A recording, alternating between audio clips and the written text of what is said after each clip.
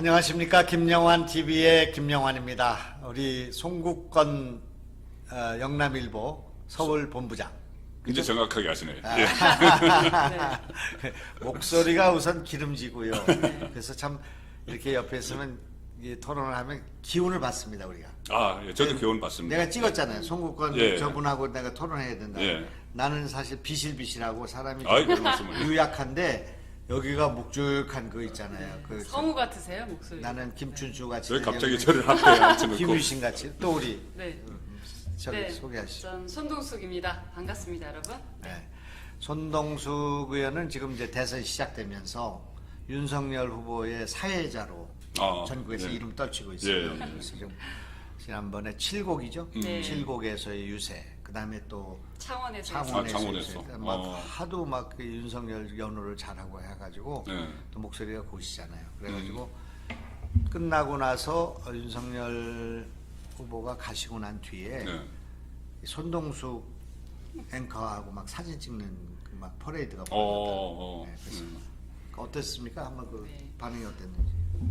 요즘 저희 시체말로 찢었다는 표현을 많이 쓰잖아요. 그 현장의 열기는 정말 대단합니다.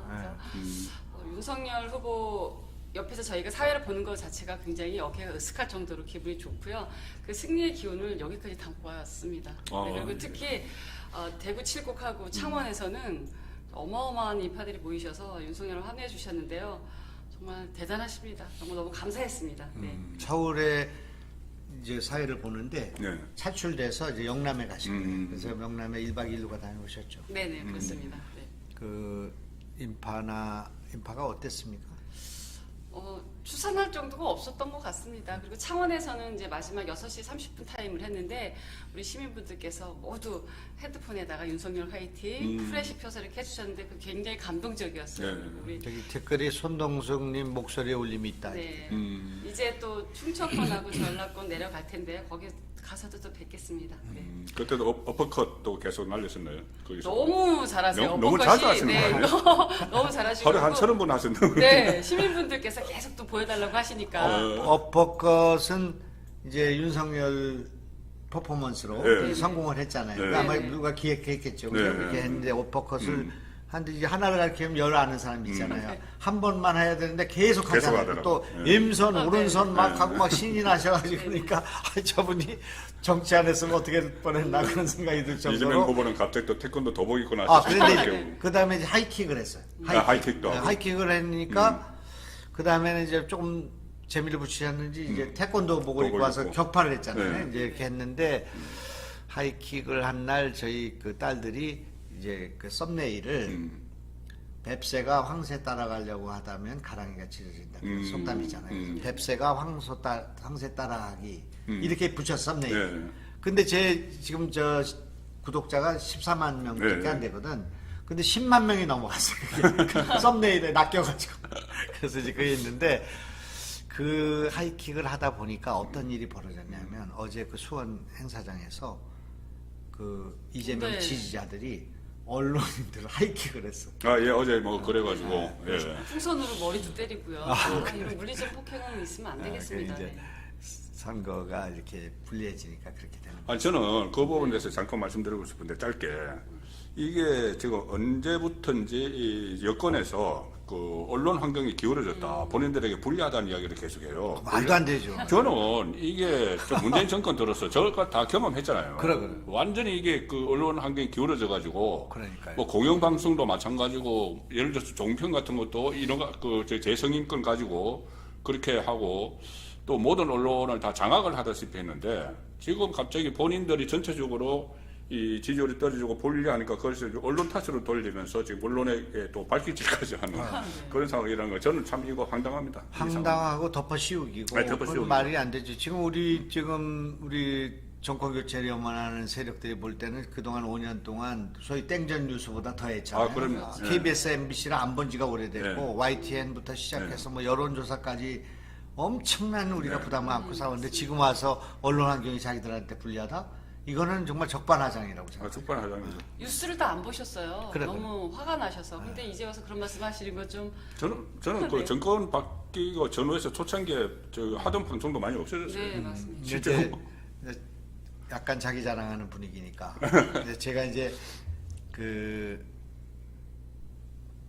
후보님의 그 대구, 경북, 네. 부산, 경남 유세를 이제 가게 됐어요. 네. 우연히 가게 됐어요. 가게 된 거는 그 대구에 있는 저 보궐선거 있지 않습니까? 네. 거기에 누구 중남구. 후보, 그 군소 후보인데 네. 후보의 그 무슨 산주연설을 해달라는 네. 부탁을 받고 갔는데 뭐 무슨 후보인데 네, 지금 다 거의 군수후보입니다. 네. 국민의힘이 공천 안 했기 때문에. 그래 무소속 후보인데 그걸 갔는데 가다 보니까 이제 그 행사장에 가보게 됐잖아요. 그 동성로라는 제일 그 번화가죠. 유명한 거기 야 저기 올라가서 한번 유세를 해보면 좋겠다 생각하고 쭈삣쭈삣 하고 이제 가니까 유사 단장이 박대출이에요. 아, 예, 대학교 박대출. 후배에서 맞아요. 언론계잖아요. 아, 예, 그래서 예. 박 의원 어떻게 오고 현역 의원이 여기까지 왔어? 하면서 자꾸 이제 한번 올라가고 네. 싶어서 그러니까 형님 잠깐 올라오십시오. 아. 그래서 제가 인재영입 위원장에 딱 섰단 말이에요. 예. 근데 쫙 그 대구 경북 의원들이 다 서 있잖아요. 그런데 내가 주 형한테 나 좀 네. 소개 좀 시켜달라고 네. 그랬더니 주 형이 나가서 뭐 아버지는 상주 출신이고 다 우리 아버지는, 알고 있네. 나하고 잘 아니까. 네. 아유 예, 근데 뭐 여기 인재영입 입장 와셨으니까 형님 일로 나오시 한마디 하셔 이렇게 이제 해서 유세가 시작됐어요. 네. 그래서 이제 나가서 유세를 하게 됐는데 유세의 내용이 내가 민주당에서 국회의원 4번 했습니다. 그리고 장관도 장관도요. 하고 했는데 지금 민주당에서 탈령해서 여기 귀순 왔습니다. 귀순. 그리고 내가 지금 호남당인 민주당에서만 정치를 25년 하다 보니 영남에 와서 지금 유세하는 게 처음입니다. 그러니까 여러분 박수 좀 쳐주십시오. 이렇게 해서 박수가 시작됐어요. 근데 뭐 아시다시피 또 제가 한 유세 하니까 그렇죠. 반응이 막 아주 선풍적으로 됐는데 내려오니까 막 사진 찍자는 분들이 네, 막 네. 많고 막 연호가 막 나오고 그랬어요. 제가요. 네, 네. 그랬는데 그때 성북권에서 봤다는 분들이 진짜 많았다니까. 계속 진행하시죠. 갑자기 왜 그 말씀?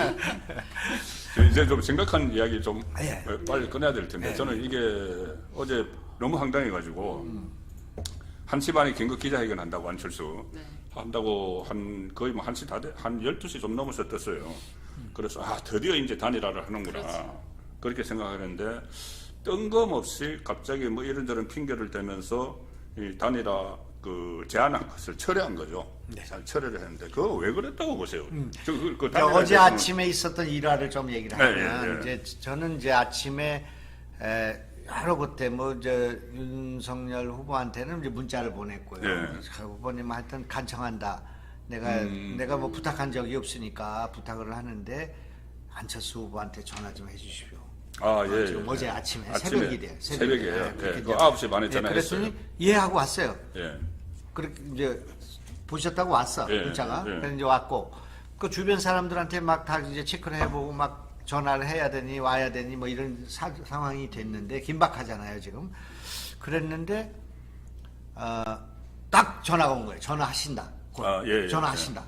그 전화하시면 또 우리 만나는 거 아니에요. 그러니까 어제 만나서 이제 저녁 때나 다음 내일은 이제 단일화 되겠거니 이렇게 생각했죠. 오늘 저기 이제 TV 토론이 있기 때문에 그 전에는 뭔가 된 거라 그렇게 생각했죠. 근데 1시 반에 이게 여론조사가 뜨는 거예요. 제가 어디 저 동두천에 유세하고 있는데 그 보니까 너무 일러 이게 좀 불길해. 그래서 이거 안 되겠구나 이렇게 생각했죠. 이제 그렇게 이제 나온 건데 그 나중에 이제 언론을 통해서 보니까 윤석열 후보께서 전화했고 9시 반에 했고 좀 만나자 이렇게 하니까 뭐 대리인을 세워서 만나기 좋지 않겠냐 그렇게 그런 얘기를 잘 했는데 느닷없이 1시 반에 그게 이제 된 거죠. 그래서 정말 실망이 많고 좀 닥쳤던 게 뭐 그런 실망도 되고 뭐 아주 그 마음을 가눌 수가 없었습니다. 그래서 이제 제가 바로 방송을 열어서 안철수는 단일화를 벌였다. 그 정권 교체를 벌였다. 이렇게 이제 썼고 결국 안철수의 이런 행동 뭐 완주는 결과적으로 이재명 돕는 일이 되는 것이고 그렇게 되면 이것은 이제 자기 약속도 어긴 것이고 이게 대의에서 이탈한 것이다 이렇게 이제 얘기를 했는데 하루 지나고 보니까 이게 다 끝난 게 아닌 것 같습니다. 지금 아직도 여지가 있어요. 왜냐하면 우선 안철수 주변에 있는 상임 고문들을 포함한 부분들이 다 아쉬워하고 있어요. 이거 좀 너무 성급했다고 생각하고 있고 또 이렇게 해서는 뭐 개갈이 안 나잖아요. 이거 이렇게 해가지고 안철수가 무슨 부가 있는 게 아니잖아요. 이러면 안 되잖아요. 지금 그게 있고 이쪽에서도 윤석열 진영과 이양수 대변인의 논평이 아주 충정은 이해한다. 그리고 정말 단일화를 위해서 더 노력하자. 이런 여지를 또 남겼고요. 그 문을 닫지를 않았어. 그래서 오늘 이제 제가 말씀드리려고 하는 것은 단일화를 할 것인가 말 것인가는 누가 결정하느냐는 거죠.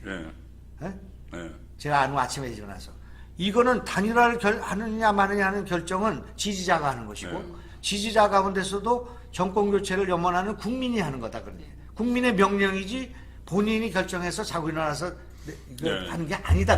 그러면 지금 국민들은 뭐 단일화 이거에 지금 내가 두 가지가 있는데 하나는 윤석열 주변에서 단일화, 그 이준석부터 포함해서 단일화를 안 해도 이길 수 있다. 그러니까 단일화 안 하는 것이 좋다는 생각을 갖는 사람 하나.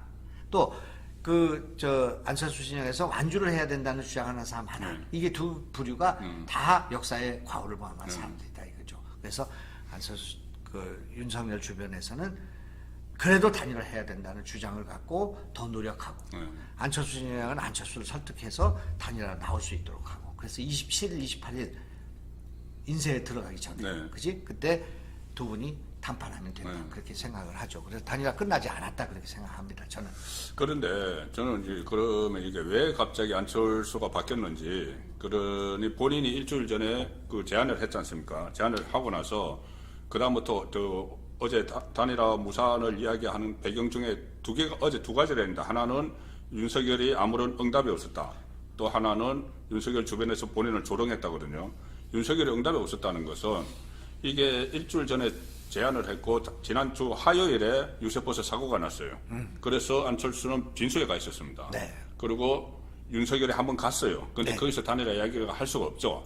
없었기 때문에 어제 전화를 한 것인데 거기에 대해서 윤석열이 응답을 안 했다는 거는 좀 일단 말이 안 되는 것이고 그 물리적 시간으로 보면은 그 다음에 또 하나 주변에서 본인을 조롱을 했다는 건데 조롱을 한 거 그건 하루 이틀 일이 아니고 본인이 그거를 뛰어넘어야지 본인의 지도력이 있는 것이죠. 그거는 본인이 이준석하고 단일화 하는 것도 아니고 윤석열하고 단일화 하는 건데. 자, 그래서 두 가지 다 이해가 안 되는데 특히 이해가 안 되는 부분이 어제 말씀하신 대로 권유를 해서 9시 반에 윤석열 안철수한테 전화를 했어요. 근데 통화가 안 됐어요. 근데 10시에 콜백이 이제 온 거죠. 안철수가 했는데 거기서 윤석열이 만나자고까지 했습니다. 그러니까는 뭐 응답이 없었다는 게 말이 안 되죠. 만나자고 했는데 아니다. 그 전에 안철수가 이 다른 대리인을 내세워서 뭐 협상을 먼저 좀 조율을 하자고 해서 그러면 이제 하자 명단을 알려다오 하니까 명단 알려주겠다 하고 전화 끊고 바로 1시 반에 무산을 시켰거든요. 그렇다면 뭐가 작용을 했을까? 지금 정가에서 나오는 이야기는 부인 김미경 교수 이야기가 많이 나옵니다. 김미경 교수가 워낙 그전부터 언론 인터뷰에서 완주를 해야 된다. 꼭 반드시 완주를 해야 된다고 이야기했고 어제 단일화 무산을 시키고 나서 두 사람이 안철수 후보 부부가 홍대 앞에 가서 유세를 했어요. 거기서 김미경 교수가 마이크를 잡고 우리는 기적을 믿는다. 완주를 하면 기적이 일어날 수 있다. 우리가 대통령 될 수 있다. 이런 이야기를 했거든요. 그래서 조금 전에 말씀 딱 하실 때 이것은 누가 결정하느냐 국민이 결정한다 하는데 혹시 김미경 교수가 결정하는 거 아니에요?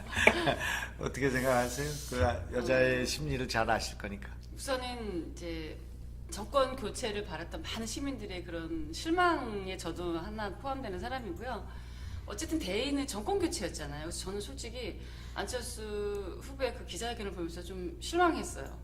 저분이 그동안 주장했던 대의가 정권 교체였는데도 불구하고 어떻게 보면 이런 저와 같은 생각을 하시는 분이 여러분 되실 텐데 막 단일화 제안을 하시고 나서 후다닥 또 철회를 한 거잖아요. 그러니까 이게 혼자 다 하신 상황이 된 게 아닌가라는 생각이 좀 들어서 그러면서도 또 들었던 생각은 정말 우리가 더 열심히 해야 되겠다는 생각도 하나 들었고요. 그리고 또 아까 우리 장관님 말씀하신 것처럼 재협상의 여지도 있지 않을까라는 그런 기대도 좀 있고 복잡합니다. 이 핵심은 이거에 있어요. 그 주변이 어떻게 하느냐 이런 건 다 핑계고요. 또 감정을 상하고 뭐 접촉선이 많으니 뭐 여러 가지 얘기 있잖아요. 무슨 경기도지사를 뭐 제의했니 이런 거 다 언론이 뭐 많이 페이크 뉴스 많이 나온 거잖아요. 근데 핵심은 뭐에 있냐면 왜 전화 안 했냐 이거의 핵심은 전화할 수가 없었어요. 윤석열이. 그리고 전화하시는 대신에 문상 갔어. 그 25분 만났어. 거기서 만나자고 얘기했어. 그런 와중에 거기다 대고 단일화하자 얘기할 수도 없었어.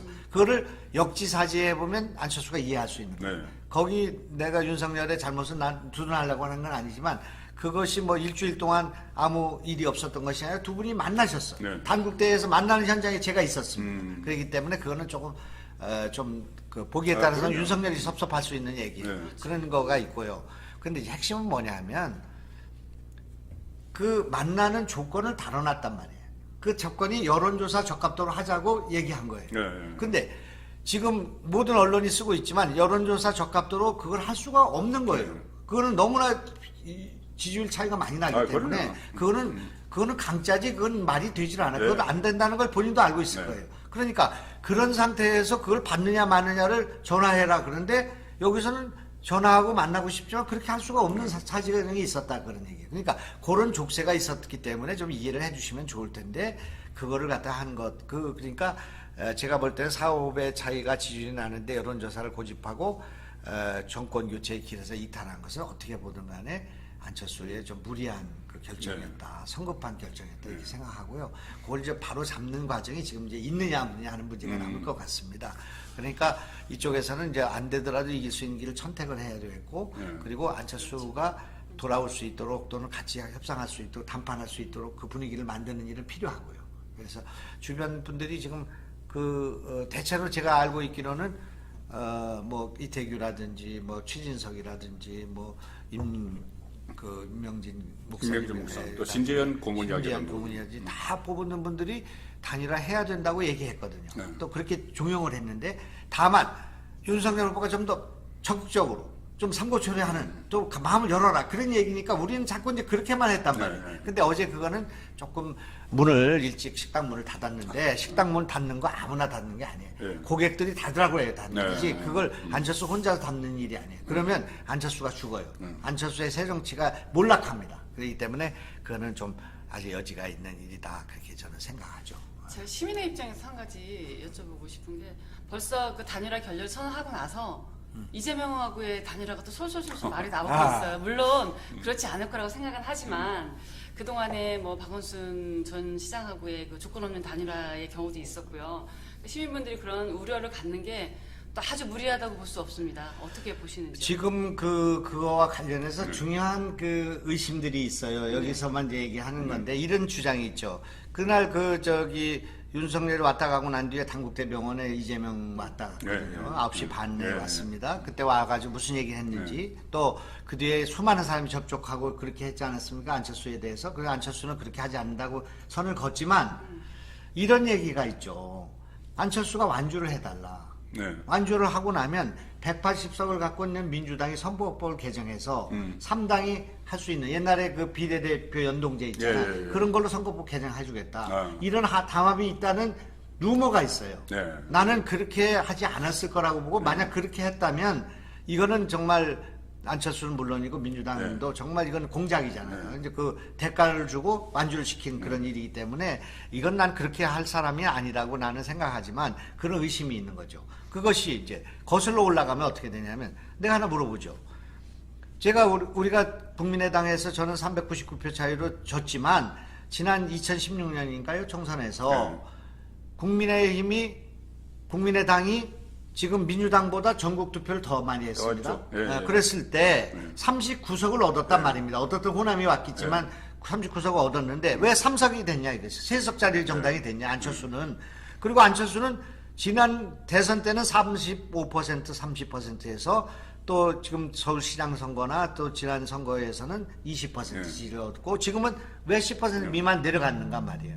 왜 그랬다고 생각합니까? 저는 그 안철수의 정치가 없었기 때문에 그랬다고 봐요. 본인만의 정치가 없었기 때문에 항상 그 상황에서 계속 그 오락가락 하면서 특히 보시면은 2011년에 처음 그 깜짝 등장했을 때는 그때는 새 정치를 추구를 했죠.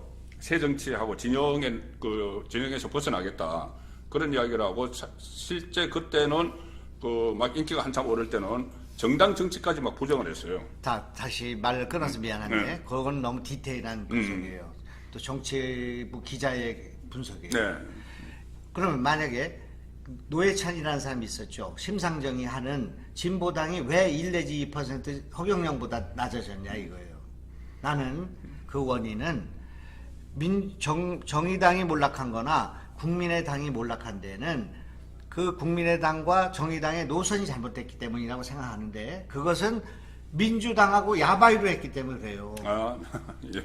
민주당 이중대를 수년에 걸쳐서 한 거예요. 저도 그 이야기 하려고 했어요. 같은 이야기. 그렇지. 내가 승기 급해가지고. 제가 처음에 새정치에서 예. 왜 그쪽으로 갔는지 그 이야기 아, 하려고. 그렇지. 그러니까 야당한다고 한 거야. 대중적으로 야당한다고 해서 찍어줬는데 야당은 하지 않고 여당을 해버린 거예요. 여당이 어떻게 했냐? 여기에 민주당이 있어요. 여기 정의당이 있어. 이게 둘이 손잡는 건 옛날부터 했던 일이야. 근데 요 사이에 국민의당 출신들이 분열이 돼갖고 나절이 서 있었어. 손학규, 네. 정동영, 그다음에 그 탁지원으로 대표되는 있잖아요. 그게 그 사람들이 거기 다 서 있는 거예요. 그걸 허플러스 완이라고 하는 거예요. 허플러스 완이 정계 개편입니다. 그래서 국회를 막 밀어갔어요. 그때는 180석이 아니었잖아요. 밀어가지고 패스트트랙으로 밀어가지고 뭐를 만들었냐? 공수처를 만들었어요. 그리고 개혁 입법을 밀어제꼈어요.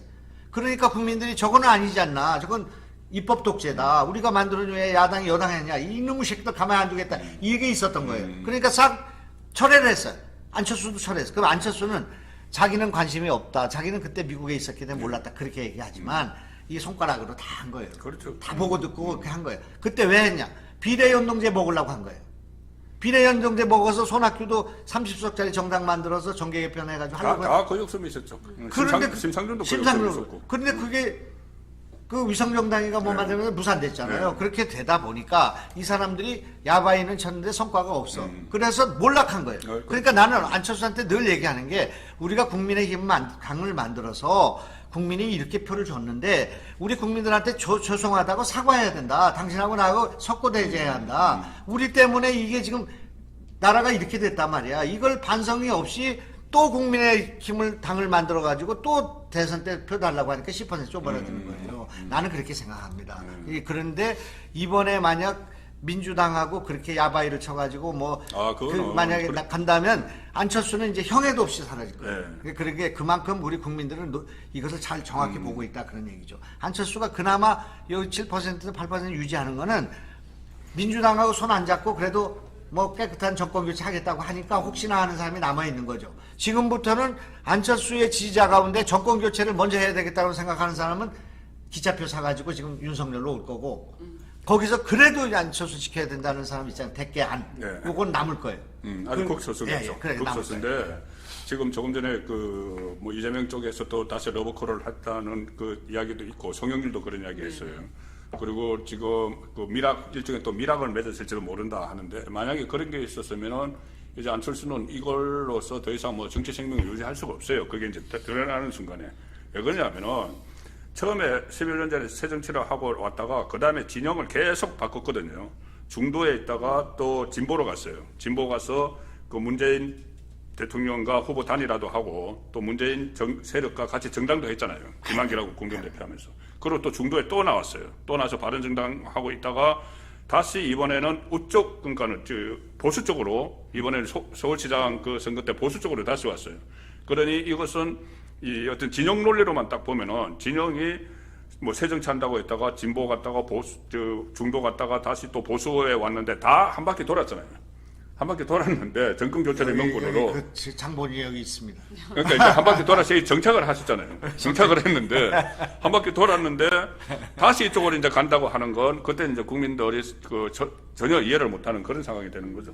제가 제 국회의원 처음 했을 때 유세할 때마다 정치인들이 당을 바꾸는 것은 성을 바꾸는 일이라고 엄청 떠들고 다녔거든요. 그랬는데 어떻게 하다 보니까 국민의당을 하고 이번에 여기 아니 그러니까 시행착오는 있을 수 있죠. 시행착오가 아니라 이렇게 이제 되니까 막 사람들이 저를 뭐 말을 안 하지만 내놓고는 얘기 안 하지만 뭐 철새니 뭐 탈영병이니 뭐 무슨 귀순병이니 하잖아요. 아니 그 가정을 잘 얘기합니다, 장관님. 그런데 이제 그래봐야 안 되니까 난 탈영해서 여기 왔습니다. 이렇게 하니까 편해. 그리고 아니 철새가 뭐 저기 저 따뜻한 지방으로 가가지고 당선되는 게 철새지. 내가 야당하려고 그리고 내 소신 지키려고 계속 낙선만 한 건데 그게 뭐 철새라고 하기 어려우니까 욕은 좀 덜 하는 것 같습니다. 이제 그러니까 그건 다 좋은데 안철수는 지금 그 조심해야 될 것은 요번에 정권 교체를 더 좋은 정권 교체를 한대요. 요거는 지금 묻지마 정권 교체고 윤석열과 이재명은 누가 되든 간에 상관없이 묻지마 정권 교체고 다음에 더 좋은 정권 교체로 해서 자기를 찍어야 된대. 그래 거기에 기적이 있대요. 그거는 국민들의 생각을 너무 자의적으로 판단하는 네. 거예요. 그죠? 국민들은 이미 판단을 끝내고 있어요.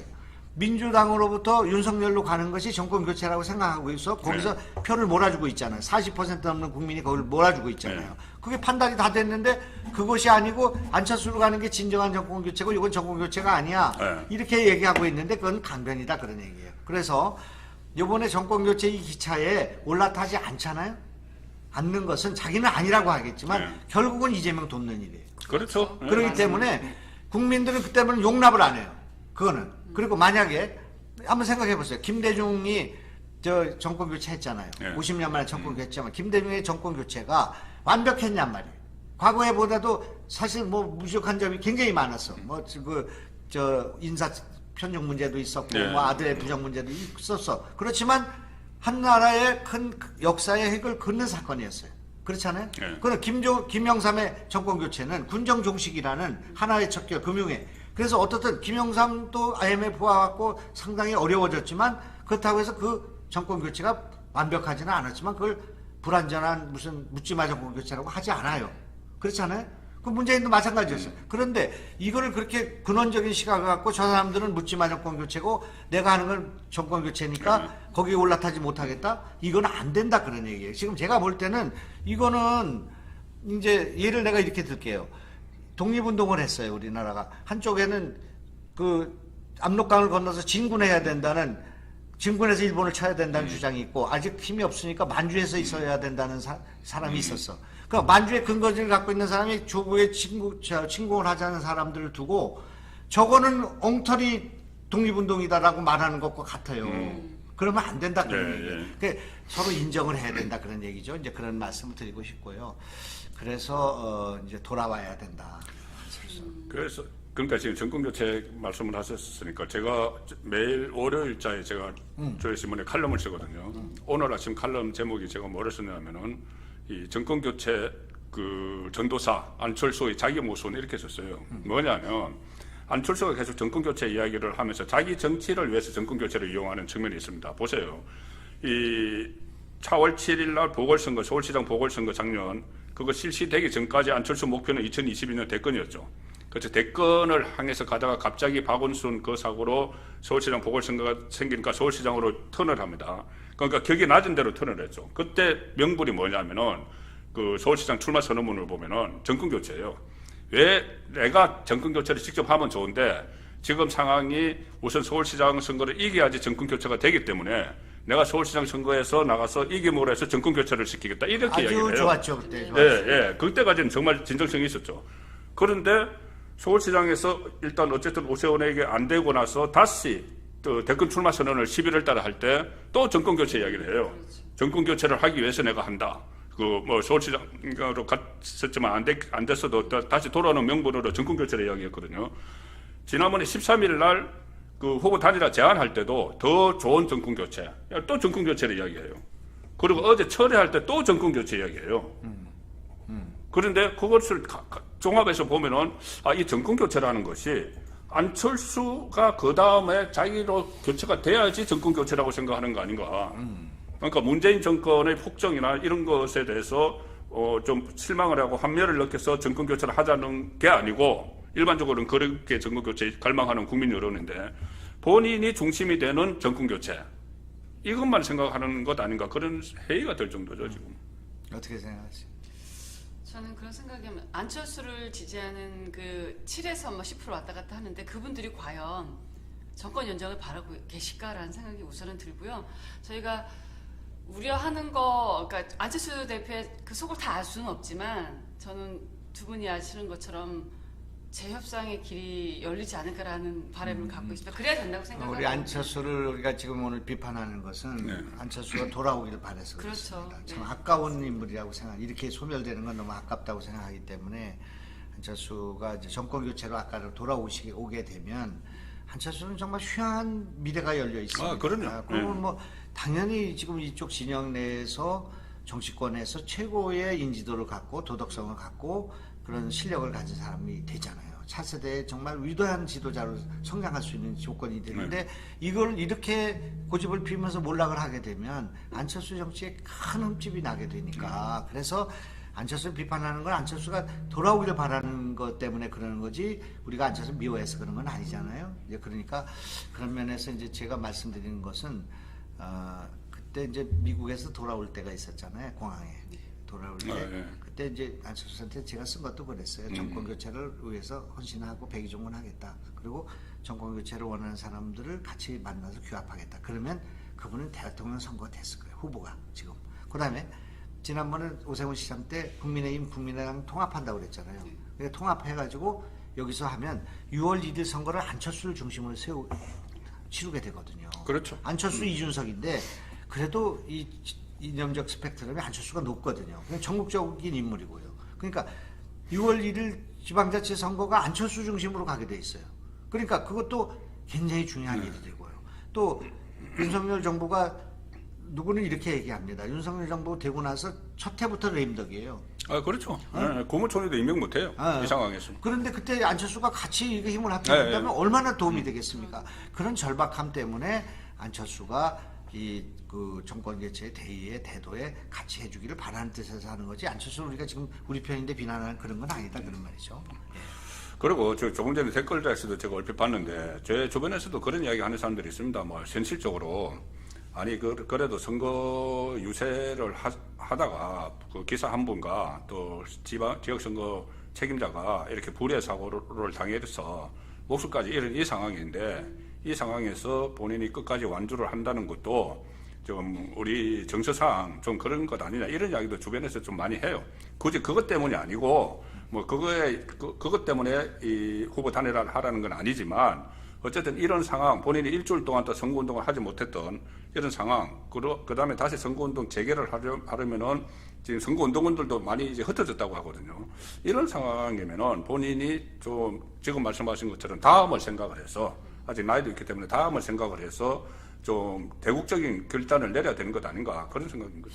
예, 안철수는 이번에 철수가 아닙니다. 그렇게 해서 합류를 하게 되면 공동정부에 참여하고 그렇게 해서 지금 집으로 가는 게 아니라 지금 정부로 가는 거예요. 또 뭐 정당으로 가는 거 아니겠습니까?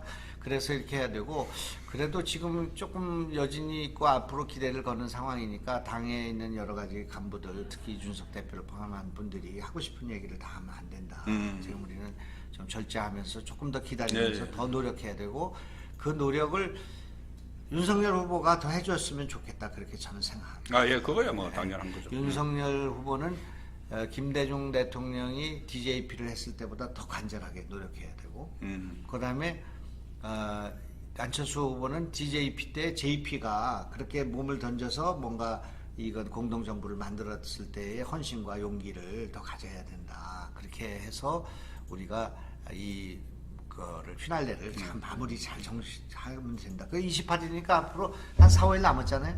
오늘 토론하고 나서 또 시간 좀 남지 않습니까? 그렇게 했으면 좋겠고 그런 그 일이 되면 좋겠고요. 제가 이제 오늘 아침에 이제 이런 생각을 해보게 됐는데 그 이하경이라는 분이 글을 썼더라고요. 중앙일보. 중앙일보 주필로 돼 있던데 이분이 이번 대선 때 얻은 성과 중에 하나가 이승만, 박정희, 그다음에 김대중이 화해를 했다는 거예요. 그게 무슨 얘기냐면 이재명이라는 분이 이승만 또 박정희 생가에 갔잖아요. 요소에도 가고 그래갖고 또 우리 윤석열 후보가 김대중 노무현 생가 내지는 뭐 그런 거 갔잖아요. 그러니까 이게 좀 어떻게 뭐 맨날 싸우는 것 같긴 한데 역사적인 화해는 이루어진 거예요 지금 상황이. 본질적으로 됐을까요? 표 때문에 그럴 수도 있을 것 같습니다. 아니 이재명 후보 지난번에 그 2017년 그때만 해도 이승만 박정희 묘소 안 가고 상당히 그때 막 비판을 했어요. 그때 이제 후보 경선 때니까 그리고 후보 경선 때니까는 진보층의 표가 필요하거든요. 표가 필요하니까 안 간 거예요. 그런데 이제 후보 경선이 아니고 본선이니까 중도와 보수 쪽도 표가 필요하니까 가는 거예요. 표가 그렇게 무섭습니다. 그런데 저는 이제 사실은 박정희 대통령에 대해서는 저는 평가가 있었습니다. 민주당에 있을 때도 박정희 대통령은 공이 크다. 나 개인적으로는 악연이 있지만 공이 크시다 이렇게 생각을 했어요. 그러나 이승만은 잘 몰랐습니다. 이승만은 건국의 아버지라고 하는데 왜 건국의 아버지지? 그 4.19만 생각을 했어. 우리 해방전후사의 인식에는 그렇게 나와 있었거든요. 7.18을 온전했고 뭐 이렇게 됐어. 그런데 이제 지금 이승만을 다시 생각하게 됩니다. 이 정당에 와 보니까. 예, 예. 그런데 정말 위대한 사람이에요. 음. 왜 위대하냐?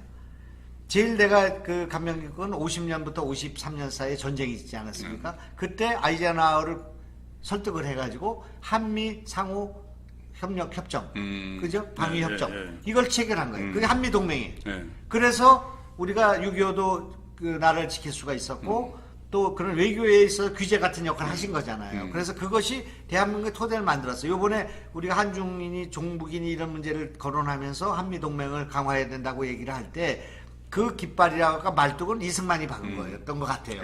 그러니까 참 이분이 그 굉장히 고집도 있고 미국을 설득했고 미국이 우리를 변방으로 버리려고 했을 때 이거를 해가지고 나라를 기틀을 세우는데 중요한 역할을 한 거구나. 우리 4.19 때 독재한 것만 생각하니까 이제 그것이 이제 하나 있었고요.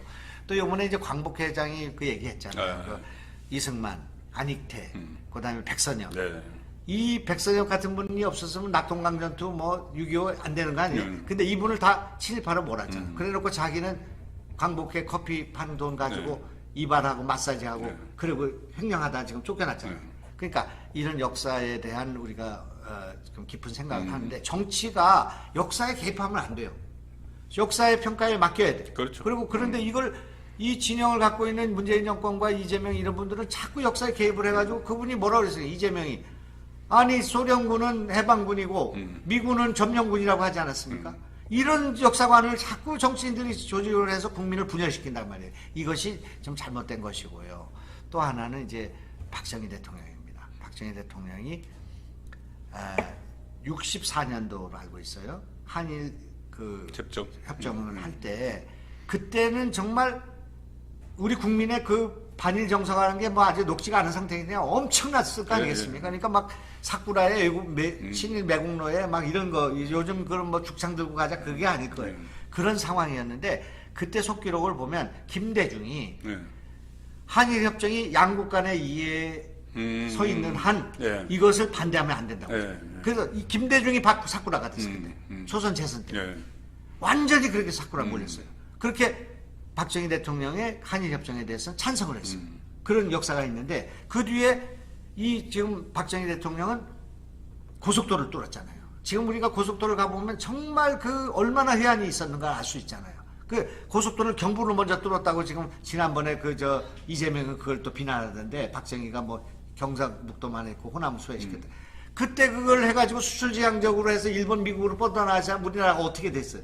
그 경부축을 뚫었는데 그때 그것 뚫어놓고 십몇 년 후에 김대중은 정보화 고속도로를 뚫은 거예요. 그래서 하나는 산업화의 고속도로, 하나는 정보화 고속도로 뚫어가지고 이 나라가 여기까지 온 거단 말이에요. 그런데 제일 내가 지금 감동적으로 생각하는 것은 내가 이번에 호남 가서 얘기할 건데 김대중 대통령이 정권 교체하고 난 뒤에요. 그 다음날 청와대 가가지고 당선되고 난 그 다음날 김영삼 대통령 만나서 악수하면서 감옥가에 있는 전두환 노태우 3인 결정했어요. 그리고 신현악 불러가지고 박정희 대통령 그러니까 박정희 대통령 기념관 짓는 걸 시작했습니다. 기념사업회. 이래서 국민들을 통합시키는 이런 정치를 했단 말이에요. 근데 이 나라 정치인들이 지금 자꾸 분열하고 이런 문제가 있기 때문에 이런 문제가 있는데 이런 거를 생각을 해보면 우리가 이 역사를 그 통합시키는 데 있어서 윤석열 정부는 내 생각에는 이승만, 박정희, 김대중, 김영삼 이 사진 다 걸었으면 좋겠어. 노무현까지 다 걸었으면 좋겠어 나는. 그래서 역사 통합하고 잘한 것만 세워주고 나쁜 거는 우리가 빼고 이렇게 하면 국민이 다 좋아하지 않을까 생각합니다. 그래서 오늘 뭐 시간 많이 됐으니까 근데 한 가지만 더 얘기하면 나는 몰랐는데 여론에 굉장히 영향을 주는 정책 사건이 하나 있었어요. 여론에요. 그게 뭐냐면 우리는 몰랐는데 광주 전남에 쇼핑몰이 대형 쇼핑몰이 없대요 거기는. 창고형 하나 있고 하나도 없대. 홈플러스 뭐 이마트 이런 게 없는가 보죠? 아니 그게 아니고 그 홈플러스 같은 거 있고 예를 들어서 그 코스트코 같은 거 이런 거 그래. 대형 쇼핑몰 있잖아요. 그게 진짜 몰랐어요. 그러니까요. 마트가 아니고 마트는 다 있고. 아니야 마트가 아니라 이마트 같은 거 큰 대형 몰이 있잖아요. 그게 없대요. 그런데 대구도 찾아보니까 6개인가 7개 부산에는 뭐 9개가 있고 있는데 광주에 없는 거 왜냐? 그거 들어오면 소상공인 망한다고 정치인들이 막은 거예요. 그런데 우리 윤석열 후보가 가서 왜 쇼핑몰 뭐 좀 허락해야 되지 않냐 그랬더니 뭐 난리가 났어요. 그런데 광주 시민들의 55%, 젊은이들의 7, 80%가 쇼핑몰 있어야 된다고 생각합니다. 그럼 누가 결정하냐? 이건 정치인이 결정하면 안 돼. 이 경제 이 문제는 소비자가 결정하게 그렇죠. 하고 국민이 결정하게 해야 된단 말이에요. 그 논리대로 하면은 단위라도 국민이 결정하겠습니다. 그렇게 말씀을 마치도록 그렇게 하겠습니다. 네, 고맙습니다. 네네, 안녕히 계십시오. 감사합니다.